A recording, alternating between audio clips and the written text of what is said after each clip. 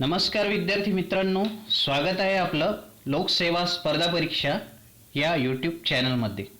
आज आपण इंडियन पॉलिटिक्सचा अत्यंत महत्त्वाचा भाग सिटिझनशिप म्हणजे नागरिकत्व हा बघणार आहोत। चला तर मग सुरुवात करूया।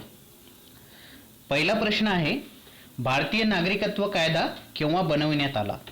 आपल्याला माहिती आहे भारतीय नागरिकत्व कायदा म्हणजे सिटिझनशिप ॲक्ट हा 1955 ला बनवण्यात आला आणि नुकतीच या कायद्यात 2019 मध्ये दुरुस्ती करण्यात आलेली आहे आणि 10 जानेवारी 2020 पासून हा नागरिकत्व कायदा जो आहे दुरुस्ती केल्यानंतरचा हा 10 जानेवारी 2020 पासून याची अंमलबजावणी सुरू झालेली आहे।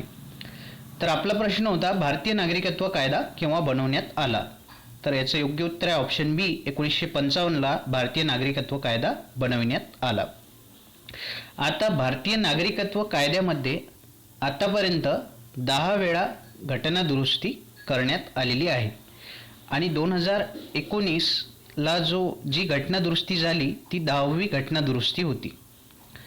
तर नागरिकत्व कायदा घटना दुरुस्ती 2019 नुसार यामध्ये जे व्यक्ती पाकिस्तान, बांगलादेश आणि अफगाणिस्तान येथून आलेले गैर मुस्लिम सोडून म्हणजे मुस्लिम व्यक्ती सोडून इतर जे 6 धर्मीय व्यक्ती आहेत जसे की हिंदू, शीख, जैन, पारशी, बुद्धिस्ट, तर हे 6 धर्मीय जे व्यक्ती आहेत ख्रिश्चन यांना भारतीय नागरिकत्व बहाल करण्यात येईल। त्यामध्ये एक अट आहे, ती अट अशी आहे, त्या व्यक्तीने 31 डिसेंबर 2014 पूर्वी भारतात आलेले असावे। 31 डिसेंबर 2014 पर्यंत ज्या व्यक्ती पाकिस्तान, बांगलादेश आणि अफगाणिस्तान या मुस्लिम बहुल राष्ट्रांमधून भारतात आलेल्या असतील त्या व्यक्तींना भारतीय नागरिकत्व देण्याचे प्रावधान किंवा तरतूद या नवीन घटना दुरुस्ती नागरिकत्व घटना दुरुस्ती कायद्यामध्ये आहे। पुढचा प्रश्न बघूया। एका ब्रिटिश महिलेस खालीलपैकी कोणत्या कारणाने भारतीय नागरिकत्व मिळेल? याचं योग्य उत्तर आहे, जर त्या ब्रिटिश महिलेने भारतीय पुरुषाशी विवाह केला आहे किंवा विवाह केला असेल तर। पहिलं विधान बघा, पहिला ऑप्शन बघा, ती पुणे विद्यापीठात प्राध्यापिका आहे। तर भारतामध्ये येऊन एखाद्या विद्यापीठात प्राध्यापिका असणे आणि त्या व्यक्तीला नागरिकत्व मिळणे याचा कुठलाही संबंध किंवा तरतूद नाही। क्रमांक 3 बघा, ती भारतात ब्रिटिश शिष्टमंडळासह आली आहे। ती भारतात ब्रिटिश शिष्टमंडळासह आली असेल, स्वतः आली असेल, नातेवाईकांबरोबर आली असेल, त्याचा आणि नागरिकत्व मिळवण्याचा किंवा नागरिकत्व त्या व्यक्तीला बहाल करण्याचा कुठलीही तरतूद संविधानामध्ये नाही। त्यानंतर क्रमांक 4 बघा, ती ब्रिटिश वकिलातीत नोकरी करत आहे। ब्रिटिश वकिलातीत नोकरी करणे आणि नागरिकत्व मिळवणे भारताचे याचा कुठलाही संबंध नाही। पुढचा प्रश्न आहे, भारतीय नागरिकत्व रद्द करण्यासंबंधातील खालीलपैकी कोणते विधान सत्य नाही? म्हणजे चुकीचे विधान आपल्याला ओळखायचे आहे। तर भारतीय नागरिकत्व रद्द करणे या संबंधातील कोणते विधान बरोबर आहेत ते पहिले आपण बघूया। तर पहिली 3 विधाने जी आहेत, क्रमांक 1, 2, 3 ही विधाने सत्य आहेत। तर क्रमांक 1 बघा, फसवणूक करून खोटी माहिती दर्शवून किंवा वस्तुस्थिती लपवून नागरिकत्व मिळवले असेल तर त्या व्यक्तीचे भारतीय नागरिकत्व रद्द करण्यात येऊ शकते। दुसरे विधान आहे, कृतीतून वा भाषणातून राज्यघटनेशी बेईमानी किंवा द्रोह केला असेल तर त्या व्यक्तीचे सुद्धा भारतीय नागरिकत्व रद्द करण्यात येऊ शकते। क्रमांक 3 आहे, भारताशी शत्रुत्व किंवा युद्ध करणाऱ्या राष्ट्राला मदत केली असेल तर अशाही व्यक्तीचे भारतीय नागरिकत्व रद्द करण्यात येऊ शकते। आणि क्रमांक 4 आहे, भारताबाहेर सलग 5 वर्षे वास्तव्य केल्यास। तर भारताबाहेर सलग म्हणजे कंटिन्यू 5 वर्षे वास्तव्य केल्यास त्या नागरिकाचे त्या भारतीय नागरिकाचे भारतीय नागरिकत्व रद्द केल्या जाऊ शकत नाही. कारण भारताबाहेर जर त्या व्यक्तीने सलग 7 वर्षे भारताबाहेर जर त्या व्यक्तीने सलग 7 वर्षे वास्तव्य केले असेल तर त्याचे नागरिकत्व रद्द होऊ शकते. तर क्रमांक 4 हे चुकीचे आहे. क्रमांक 4 हे विधान सत्य नाही. कारण भारताबाहेर सलग 7 वर्षे वास्तव्य केले असेल तरच भारतीय नागरिकत्व रद्द होऊ शकते. पुढचा प्रश्न बघूया. भारतीय नागरिकत्व हिरावून घेतल्याने नष्ट होते, याबाबत खालीलपैकी कोणते विधान सत्य नाही? माफ करा, इथे सत्य नाही हे राहिलंय टाईप करायचं, माफ करा मित्रांनो. तर कोणते विधान सत्य नाही? पहिलं विधान आहे नागरिकाने लबाडीने नागरिकत्व मिळवले असेल. तर लबाडीने नागरिकत्व मिळवले असेल तर भारतीय नागरिकत्व त्याचे हिरावून घेतल्या जाऊ शकतं. तर पहिलं विधान बरोबर आहे. नागरिकाने भारतीय राज्यघटनेप्रती बेईमानी केली असेल, राज्यघटनेप्रती बेईमानी केली असेल तेव्हा सुद्धा त्याचे नागरिकत्व हिरावून घेतल्या जाऊ शकतं. दुसरंही विधान बरोबर आहे. तिसरे विधान आहे नागरिक सामान्यपणे सलग 7 वर्षे भारताबाहेर राहिला. तिसरंही विधान बरोबर आहे. जर एखादा भारतीय नागरिक सामान्यपणे सलग 7 वर्षे भारताबाहेर राहिला असेल तर त्याचे भारतीय नागरिकत्व हिरावून घेतल्या जाऊ शकते, त्याचे भारतीय नागरिकत्व रद्द केले जाऊ शकते. चौथे विधान आहे नागरिकास नोंदणीनंतर 5 वर्षाच्या आत अन्य देशात 1 वर्षाचा तुरुंगवास झाला असेल तर इथे क्रमांक 4 चौथे विधान चुकीचे आहे. कारण भारतीय नागरिकास म्हणजे नोंदणीनंतर 5 वर्षाच्या आत अन्य देशात त्याला 2 वर्षाचा तुरुंगवास झाला असेल तर त्याचे भारतीय नागरिकत्व हिरावून घेतल्या जाऊ शकते. तर क्रमांक 4 या विधानामध्ये जर इथे 2 वर्षाचा तुरुंगवास झाला असं जर असतं तर हे विधान योग्य ठरलं असतं. मात्र इथे 1 वर्षाचा तुरुंगवास असं दिल्यामुळे क्रमांक 4 हे विधान चुकीचे आहे. आपल्याला चुकीचेच विधान ओळखायचे होते. पुढचा प्रश्न आहे खालीलपैकी कोणते विधान चुकीचे आहे? तर पहिले विधान बघा, एखाद्या व्यक्तीचा जन्म भारतात 26 जानेवारी 1950 रोजी किंवा त्यानंतर परंतु 1 जुलै 1987 पूर्वी झालेला असेल तर ती व्यक्ती भारतीय नागरिक असते. पहिले विधान बरोबर आहे.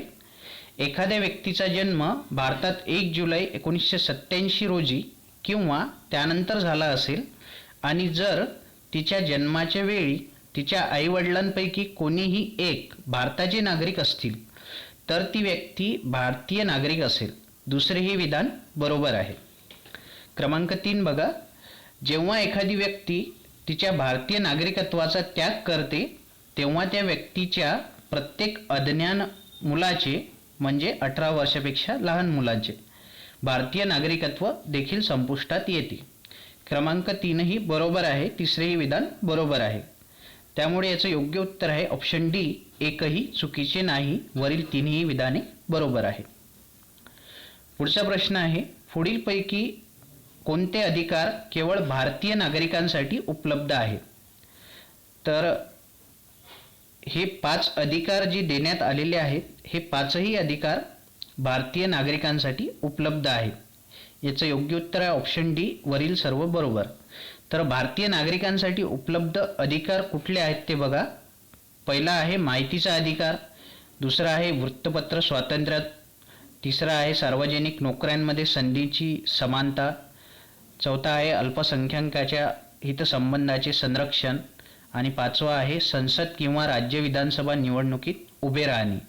हे 5ही अधिकार फक्त किंवा केवळ भारतीय नागरिकांसाठीच उपलब्ध आहेत. याचं योग्य उत्तर आहे वरील सर्व बरोबर. पुढचा प्रश्न आहे पुढील विधाने वाचून योग्य पर्याय निवडा. पहिलं विधान आहे घटनेच्या भाग 2 मध्ये कलम 5 ते कलम 11 मध्ये नागरिकत्वासंबंधी तरतुदी आहेत. पहिले विधान बरोबर आहे. दुसरे विधान आहे भारताचा राष्ट्रपती होण्यासाठी केवळ जन्मानेच नागरिकत्व असणे आवश्यक आहे. दुसरे विधान चुकीचे आहे. भारताचा राष्ट्रपती होण्यासाठी 2 प्रकारे नागरिकत्व असणारी व्यक्ती भारताचा राष्ट्रपती होण्यास पात्र ठरू शकते किंवा पात्र ठरते. तर नागरिकत्वाचे ते 2 प्रकार आहेत. एक तर जो व्यक्ती राष्ट्रपती पदासाठी निवडणुकीसाठी उभा आहे तो जन्माने नागरिक असावा, जन्माने भारतीय नागरिक असावा, किंवा त्याने भारतीय नागरिकत्व स्वीकृत केलेले असावे. म्हणजे स्वीकृती तत्वाद्वारे सुद्धा तो भारतीय नागरिक बनू शकतो, म्हणजे बाय नॅचरलायझेशन. त्यामुळे विधान 2 हे चुकीचे आहे. मात्र अमेरिकेचे जे राष्ट्रपती असतात ते अमेरिकेचे राष्ट्रपती हे जन्माने अमेरिकनच असले पाहिजे अशी अमेरिकन संविधानामध्ये तरतूद आहे. क्रमांक 3 बघा, घटनेमध्ये नागरिकत्वासंबंधी तरतुदी फार विस्तृत दिल्या नाहीत. त्यात केवळ घटना अंमलबजावणी वेळेस कोण नागरिकत्व धारण करू शकेल अशाच तरतुदी दिल्या आहेत. तिसरे हे विधान अगदी योग्य आहे. याचं योग्य उत्तर आहे ऑप्शन सी 1 आणि 3 बरोबर. क्रमांक 2 हे चुकीचे आहे, कारण भारताचे राष्ट्रपती हे जन्माद्वारे आणि स्वीकृती तत्वाद्वारे भारताचे राष्ट्रपती हे भारतीय नागरिक असू शकतात. पुढचा प्रश्न आहे, पुढील विधाने वाचून योग्य पर्याय निवडा. पहिले विधान आहे, नागरिकत्वासंबंधी कायदा करण्याचा अधिकार फक्त संसदेस आहे. पहिले विधान बरोबर आहे. नागरिकत्वासंबंधी कुठल्याही प्रकारचा कायदा करण्याचा अधिकार फक्त संसदेस आहे. असा कुठलाही अधिकार कुठल्याही राज्याच्या विधानमंडळाला नाही. आणि नागरिकत्वासंबंधी कायदा करण्याचा अधिकार संसदेला कलम 11 नुसार प्रदान करण्यात आलेला आहे. कलम 11 काय सांगतं? कलम 11 असं सांगतं की संसदेला नागरिकत्वाचे संपादन व समाप्ती आणि नागरिकत्व विषयक अन्य सर्व बाबींसंबंधी कायद्याने तरतूद करण्याचा अधिकार संसदेला असेल. दुसरे विधान बघा, नागरिकत्वासंबंधी खटले चालवण्याचा अधिकार फक्त सर्वोच्च न्यायालयास आहे. दुसरेही विधान इथे बरोबर आहे. नागरिकत्वासंबंधी कुठल्याही प्रकारचा खटला चालवण्याचा अधिकार फक्त आणि फक्त सर्वोच्च न्यायालयास आहे. त्यामुळे याचं योग्य उत्तर आहे ऑप्शन सी, दोन्ही विधाने बरोबर. पुढचा प्रश्न आहे, नागरिकत्व कायदा 1955 नुसार पुढीलपैकी कोणत्या पद्धतीने नागरिकत्व स्वीकारता येते? तर नागरिकत्व कायदा 1955 नुसार जन्मतत्वाद्वारे, वंशपरंपरेने, नोंदणीद्वारे, स्वीकृतीद्वारे आणि एखाद्या भूभागाच्या विलिनीकरणामुळे भारतीय नागरिकत्व हे स्वीकारता येतं. तर याचं योग्य उत्तर आहे ऑप्शन डी, वरील सर्व प्रकारे नागरिकत्व कायदा 1955 नुसार भारतीय नागरिकत्व स्वीकारता येतं. पुढचा प्रश्न आहे, नागरिकत्व कायदा 1955 नुसार जर नोंदणीद्वारे नागरिकत्व प्राप्त होणार असेल, म्हणजे बाय रजिस्ट्रेशन जर सिटिझनशिप मिळणार असेल, तर नोंदणीसाठी अर्ज करण्यापूर्वी किती कालावधीसाठी ती व्यक्ती सामान्यपणे भारतात वास्तव्य करणारी असली पाहिजे? म्हणजे बाय रजिस्ट्रेशन आपल्याला सिटिझनशिप मिळवायची असेल, म्हणजे नोंदणी तत्वाद्वारे जर आपल्याला भारतीय नागरिक व्हायचे असेल, तर नोंदणीसाठी अर्ज करण्यापूर्वी ती व्यक्ती किती वर्षे भारतामध्ये वास्तव्य केली, ती व्यक्ती किती वर्षे भारतात राहिलेली असायला पाहिजे अर्ज करण्यापूर्वी.